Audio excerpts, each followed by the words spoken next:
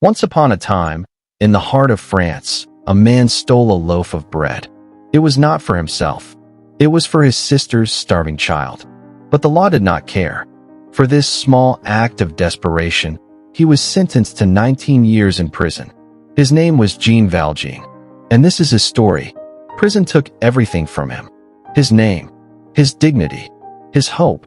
He became just a number, prisoner 24601. For years, he endured the chains, the hunger, the cruelty. And when they finally set him free, society refused to forgive. No one would give him a job. No one would give him shelter. To the world, he was still a criminal. Until he met a bishop, a kind man who, instead of turning him away, offered him food and a bed for the night. But Valjean, hardened by years of suffering, stole from his only benefactor. He ran into the night, silver in hand, only to be caught by the police. Yet, instead of accusing him, the bishop did something unthinkable. "My friend," he said, "you forgot to take these candlesticks as well." Valjean was stunned. This act of mercy shattered something inside him. For the first time in years, he saw kindness. He saw hope. And in that moment, he decided to change. He tore up his parole papers. Jean Valjean was no longer a prisoner. He was a new man. Years later, Valjean had built a new life. He became an honest man, a businessman, even a mayor. But fate had not forgotten him. For there was one man who still believed he was a criminal. Inspector Javert. To Javert, the law was absolute. And in his eyes, a man like Valjean could never change. So, the chase began. As Valjean tried to escape his past, Javert pursued him like a shadow. But then, a little girl entered Valjean's life. Cosette, an orphan, the daughter of a woman who had died in despair. And in her, Valjean saw his chance to truly be a good man. He took her in, raised her, loved her as his own. For the first time, he understood what it meant to live for someone else. But the world outside was on fire. The people of France were rising. The streets were filled with rebels, students, and dreamers, fighting for freedom, for justice.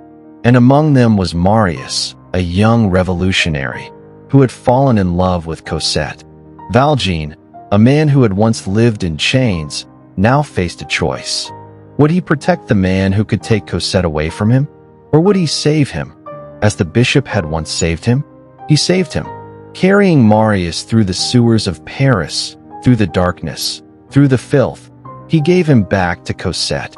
And in doing so, he gave away the only thing he ever truly had, her. But one final test remained. Javert, his relentless hunter, had fallen into his hands, defeated, powerless. This was Valjean's chance for revenge.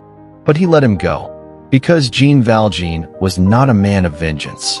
He was a man of mercy, and mercy was something Javert could not understand. For a man who had lived by the law, who had believed in punishment above all else, kindness was a prison he could not escape. And so, unable to live in a world where a criminal could be good, Javert took his own life. Jean Valjean, now old and weary, knew his time had come. He sat in a quiet room, Cosette and Marius by his side. He was not a mayor, not a prisoner, not a number. He was simply a father. And as he took his last breath, he whispered a simple truth. To love another person is to see the face of God. And with that, Jean Valjean, the man who had spent a lifetime running, was finally free. We are not defined by our past, but by the choices we make today. Love and kindness are more powerful than any law. Even in the darkest places, a single act of mercy can change everything. Jean Valjean was a thief, but he became a savior, not because of power, not because of wealth, but because he chose to be good. And in the end, that is the only choice that truly matters. If this story touched your heart, hit like and subscribe for more powerful storytelling. Do you believe people can truly change? Share your thoughts in the comments. Turn on notifications so you never miss a story that makes you think and feel.